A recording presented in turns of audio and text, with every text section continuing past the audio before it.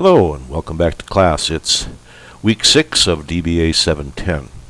We're going to be moving on this week into a different phase of management theory, and this you might call the global management or the international management phase.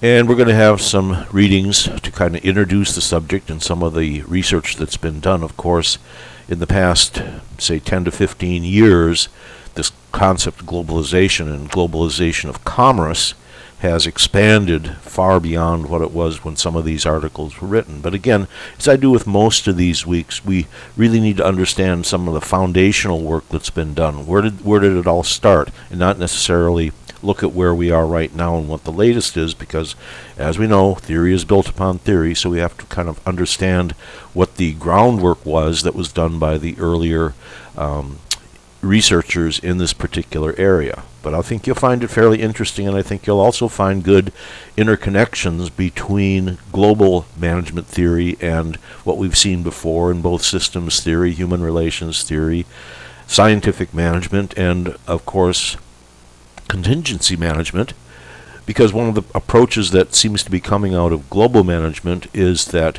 you're going to have to manage depending on the type of culture that you're dealing with, which would be a contingency. Okay, so that different cultures have different attitudes, have different approaches, have different things they respect more than other things, and consequently management, if you're managing in an international environment, a global environment, is going to have to somehow incorporate those. Not just language differences, but cultural attitudes and values and a whole host of things. Okay, so I think this will be interesting and provide a good foundation for your paper at the end of week 6. So the two assignments for this week are to read the articles and then discuss them in our discussion posts.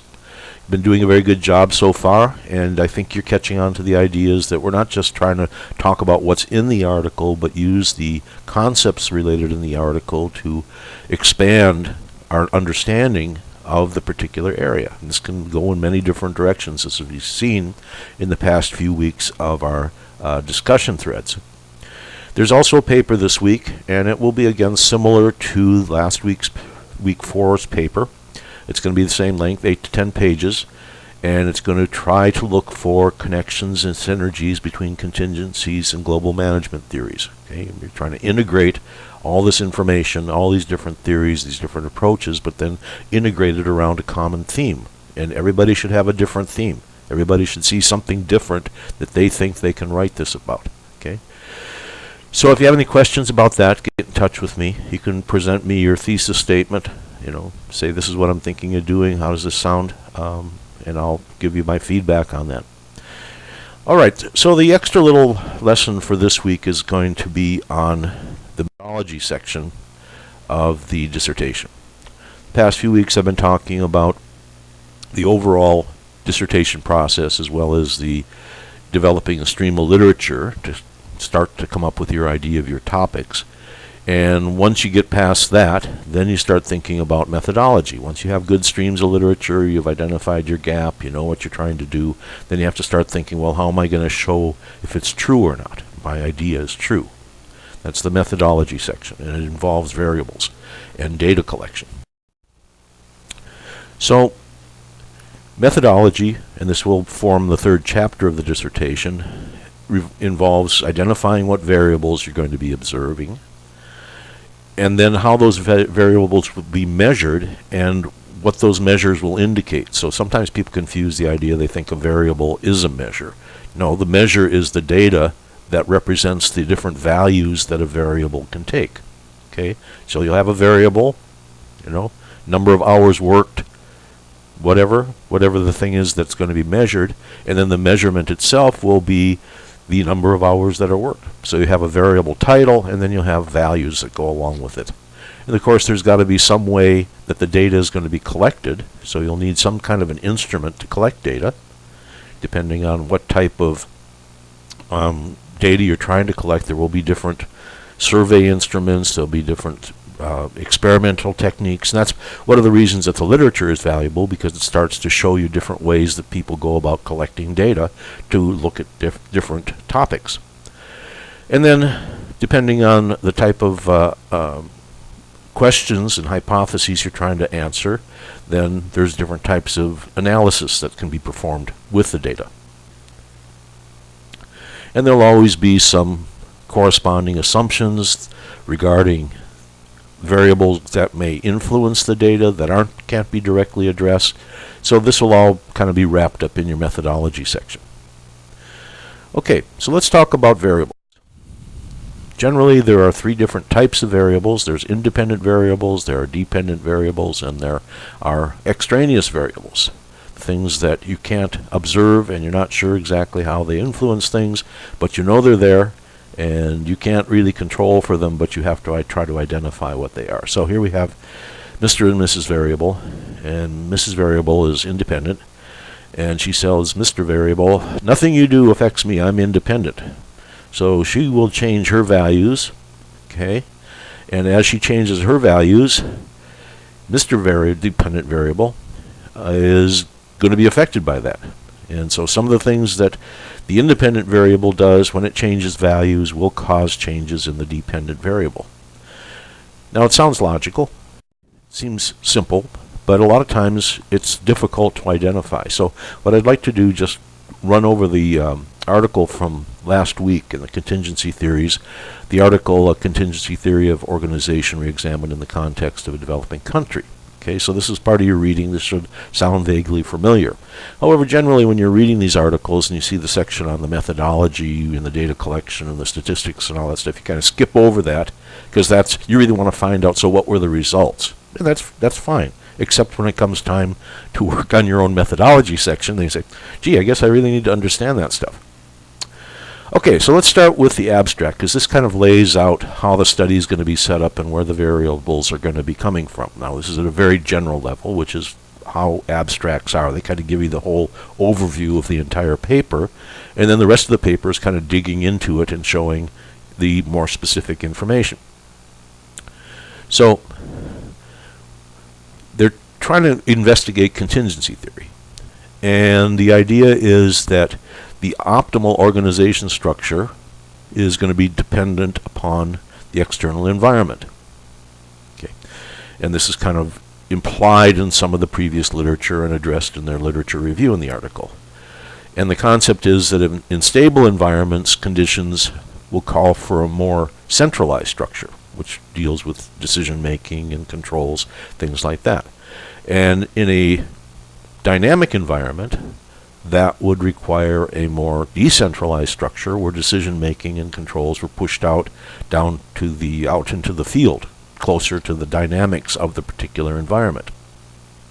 Okay, so here we can almost see already what they're going to be talking about. They've already said organization structure is going to be dependent on the external environment, or the optimal organization, the best performing organization, is going to require a match between the organization structure and the external environment. Okay, let's see how we go from there. Well, actually, in this study, lay out the variables and tell you exactly what they're going to be doing. So, one of the variables, one of the independent variables, will be the degree of market competition. Another one of the independent variables is going to be decentralization in decision making. And then the dependent variable is going to be the organizational effectiveness. Okay, how a combination of the right market competition, which is going to be a degree of stability or dynamics in the environment, is related to the organization structure as a result of that, whether it's centralized or decentralized, and how those two will determine organizational effectiveness. Okay, so this one's fairly easy because it lays it out. So let's first look at the independent variables, and here they decided they're going to use market conditions as a way of measuring the dynamicness of the external environment, and also they're going to measure the degree of decentralization within the organization structure. And these two are going to be looked at as to how they affect the dependent variable, which is organizational effectiveness. Okay, so far so good. So how are they going to do that? Well, they tell you that In terms of measuring dynamicness, they're going to use market competition. So they're going to look at the data in terms of the degree of pricing competition, the degree of delay in securing a product, number of alternatives available to the consumer, and then based upon that, they're going to combine them into a measure that says this is a highly competitive market, which would indicate it's dynamic, moderately competitive, not so dynamic, and then it's a seller's market, non-competitive market, relatively stable. Okay, so that's one of the measures they're going to be using. Then the other variable, the decentralization, they're going to estimate that by 9 different measures, layers of the hierarchy in the organizational structure, where the decision-making is, with regards to sales policies, where it is with regards to product mix, where it is regard to standard setting. So basically they're going to be investigating who makes decisions with regards to all these different issues. Okay. Then they're going to combine them together into a index that identifies on sort of this is more of a numeric scale rather than just 3 categories. They're actually going to rate them in between 1, which is highly decentralized, 3, which is highly decentralized for 1, and 3 for highly centralized. Okay, this is how these are the measures now. We talked about what the variables are, but these are the measures. Then on the dependent variable, which is organizational effectiveness, they're going to look at that in terms of the categories of their ability to hire and retain high-level manpower, employee morale, turnover and absenteeism, interpersonal relationship, interdepartmental relationships, and so on. These categories, again, are going to be combined into a ranking scale indicating if the number is higher, there's a good match of organizational effectiveness in both behavioral as well as financial measures. Okay, so that would be a 1, they're the most effective, and then a 3 is the least effective, and then we'll have ratings in between.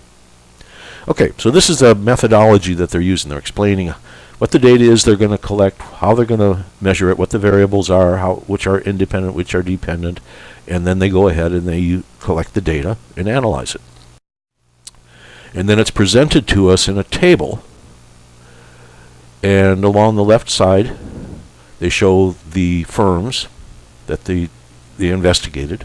Okay, these are the people involved in the study, the companies.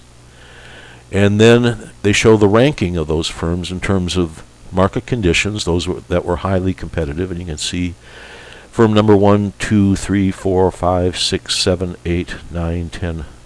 They were all considered 12, 29, 30. They were all considered highly competitive. And then firms 13, 14, 15, 16, 27, 28, 17 were considered moderately competitive, and the rest were considered non-competitive or in a stable environment. Then they show us their decentralization index. Okay, again, remember they had the measures, and they said they were going to combine these into an index, with the lowest numbers being more decentralized. So firm 1.2 was measured as being fairly decentralized, because 1 was the most decentralized. And if we work our way down there, you can see that firm number 14 was given a rank of 3.0, so they were the most centralized, or the least decentralized. Okay, so those are measures, the measures of our 2 independent variables.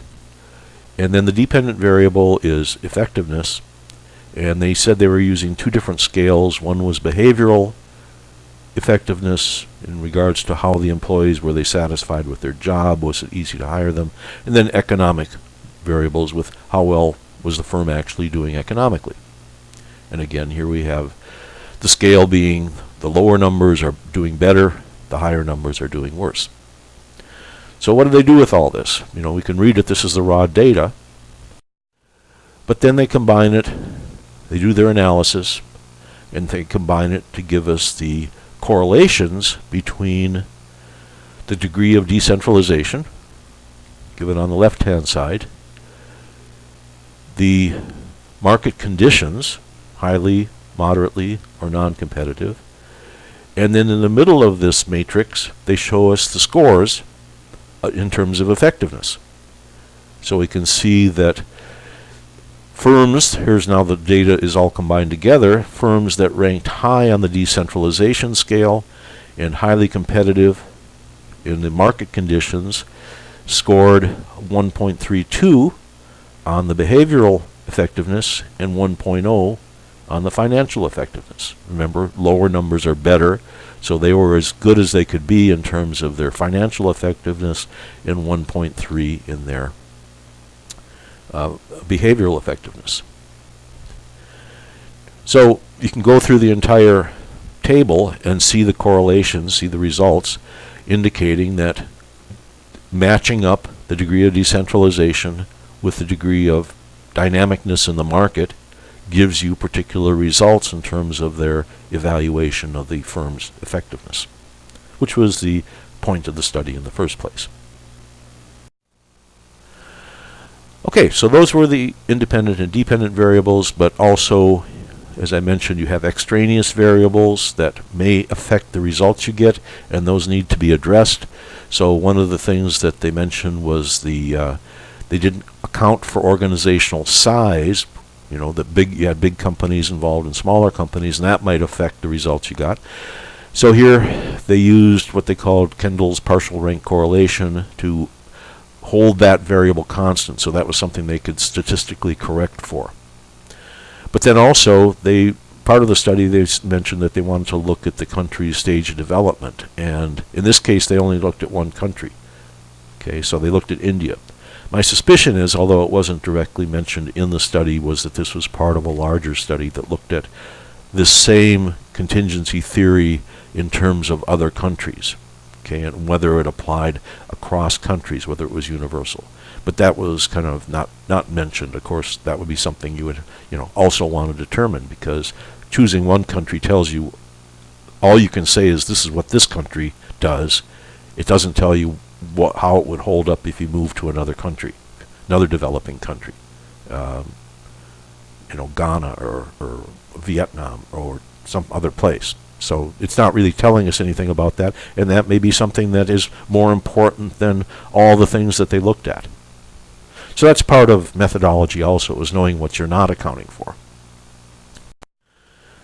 So their findings were that although they went in with some kind of original hypotheses that the relationship between the dynamicness of the market and its match with the organizational structure would lead to effectiveness, they found that in this case, at least in India, okay, that dynamic competitive market conditions tend to make decentralization more important than do stable non-competitive conditions. In other words, that those firms that were in a highly competitive market tended to make decentralization the dependent variable. And that then resulted in organizational effectiveness. So it was kind of a two-staged implication to what their findings showed. So that pretty much wraps up this little lecture for this week. So the keys to success, as you're getting further into this, you'll see that this is actually a precursor to the way the dissertation operates.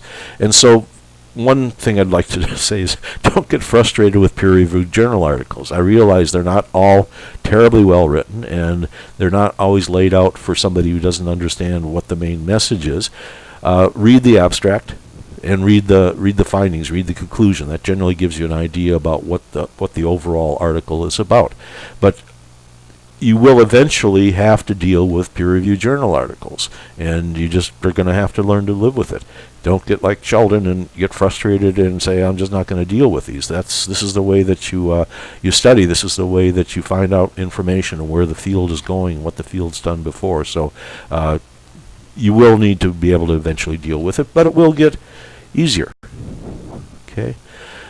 And part of this is that the doctoral program is different. You can't just pick up a textbook and read it, which would be much more efficient, but it wouldn't give you the information that you need. It wouldn't give you the skills that you need to be able to do original research. So the doctoral program really requires a totally different mindset about what you're trying to accomplish, what the goal is, and how you're trying to get there. And because it is so different, it takes a while to kind of figure out for yourself what this actually means. But the bottom line is, it will get easier. The more you read journal articles, the more you'll start to understand what they're saying. The more background you have in a particular field, the more you'll make the connections. It'll be easier. You can find that you can read much faster. You're not trying to figure out what they're trying to say. You'll already know what the point is, and it'll kind of build on itself. So you will end up getting faster and more knowledgeable about this. So, in other words, don't give up. It will get easier. It's a process, and you'll all find that the faculty and the administration and everybody else, your fellow classmates, all want you to succeed. It's not like we only have so many doctorates to hand out, and we're going to only give them to half the people that tried. So you got to do the work, but we're all pulling in your favor. So you just can't give up. So until next time, get in touch with me if you have any questions. But I'll leave you there. Goodbye and good luck.